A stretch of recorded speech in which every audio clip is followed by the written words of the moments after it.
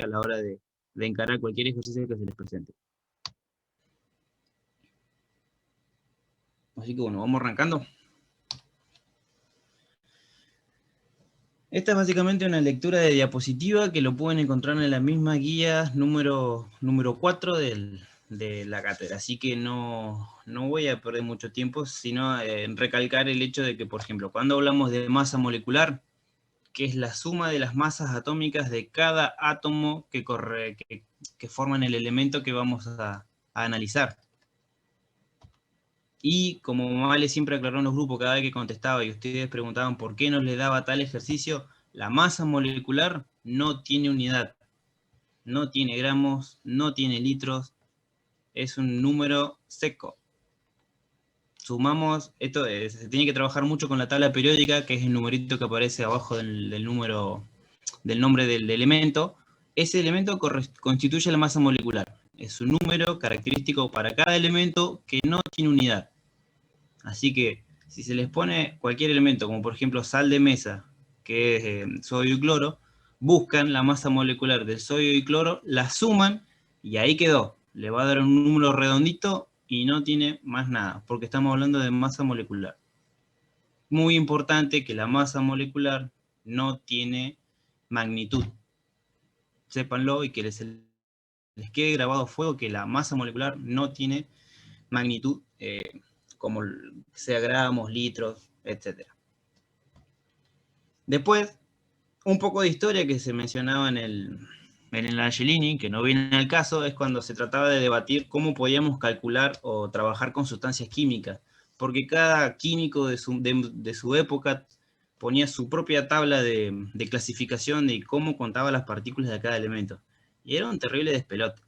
Hasta que salió un hombre, un genio de la química, que le puso nombre y apellido a la cantidad de material con el que vamos a trabajar de acá en adelante, y lo llamó mol.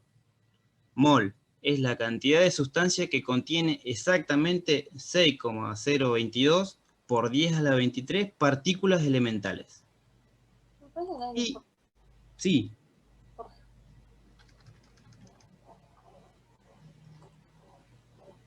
¿Quién dijo algo? Porque no se escuchó.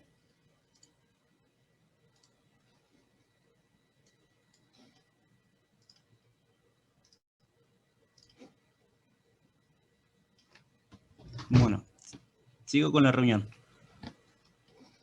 En cuanto a lo que es partículas elementales, hago la aclaración de que puede ser o moléculas, o átomos, o iones, o electrones. Depende, siempre hay que tener en cuenta sobre qué vamos a aplicar el mol, la unidad mol. Si vamos a hablar sobre elementos, que son átomos, o si no la molécula, y iones y electrones.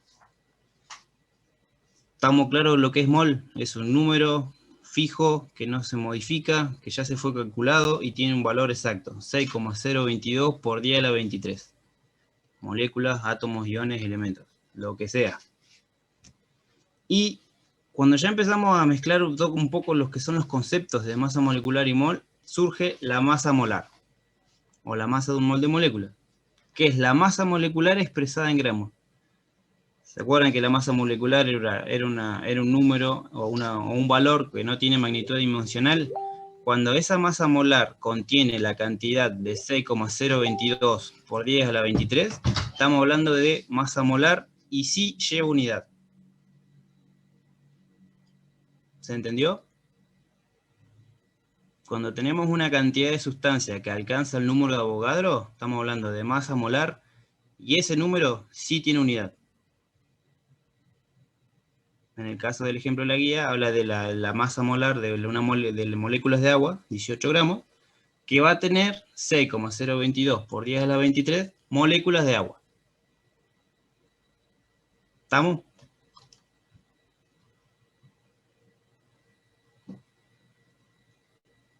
Sí. Bien. ¿Quedó claro hasta acá? Paso a la próxima diapositiva, donde viene otra característica aparte de lo que es cuando estamos hablando de masa molar. Hasta acá venía todo bien, supuestamente en la historia de la química empezaban a descubrirse ciertos elementos, también paralelamente se estaba armando la tabla periódica, hasta que empezamos a encontrar ciertos problemas con ciertos elementos, que en este caso son los gases. Los gases es complicado encontrarlos en estado sólido, como para poder cuantificarlos de manera exacta. Entonces surgió la duda.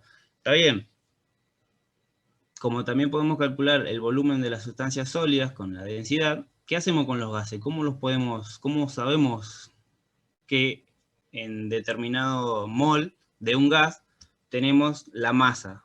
¿O qué volumen ocupa esa masa de gas? También se hicieron un montón de cálculos hasta que también se llegó a una convención, un número convencional que en condiciones de temperatura y presión estándar, que esto es muy importante, con condiciones de presión y temperatura estándar, un mol de un gas determinado va a ocupar cierto espacio que es común para cualquier mol. Si el gas es helio, su volumen molar para un mol de helio es 22,4 litros. Es un número fijo, también como el número de Avogadro. Para cualquier gas, un mol de cualquier gas va a ocupar un volumen de 22,4 litros. Un ejemplo que a mí se me quedó grabado es que, por ejemplo, ¿cómo podíamos medir los gases? Mi profesora de química de secundaria me dijo, cuando ustedes se tiran un gas, piénsenlo de manera química. Así es re loco, ¿por qué piensan que a veces un gas puede contaminar cierto volumen de un aula? Porque sabemos que un mol de ese gas ocupa 22,4 litros.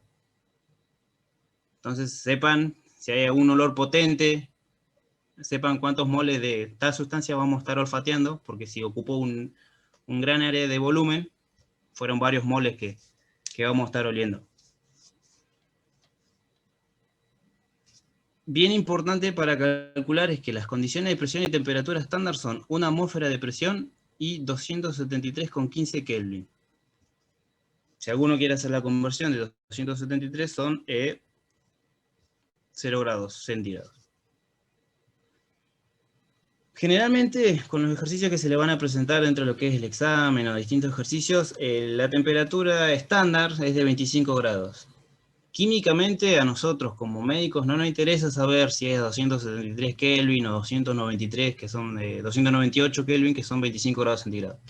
Sino que para que sepan que, como pasa con el equilibrio químico, pequeñas variaciones de temperatura pueden modificar un montón lo que va a ser el volumen. Acá no nos interesa mucho, solo que sepamos que condición de presión y temperatura estándar me van a determinar 22,4 litros. Nada más. Te hago una pregunta. Sí. Si, por ejemplo, nos llegan a dar un valor más alto que ese que nos diste, ¿modifica la cuenta o algo? Si es un valor más grande, por ejemplo, el gas ocupa mayor volumen y estamos hablando de que ese gas son más de un mol de ese gas. Por ejemplo, el helio ocupa 44,8 litros. Perfecto. Deben ser 2 moles de ese gas. Porque hacemos la multiplicación 2 moles por 22,4 litros y nos da 44,8. Siempre se les pueden dar, el volumen puede ser distinto, lo que se va a modificar va a ser la cantidad del gas. Lo que no se puede dar es que un mol de gas va a ocupar más volumen. No. En condiciones de presión y temperatura estándar no va a superar 22,4 litros. ¿Quedó claro? Sí. Sí. Bien. Ahí estaba leyendo en el chat que no se entendió lo de temperatura y presión de atmósfera.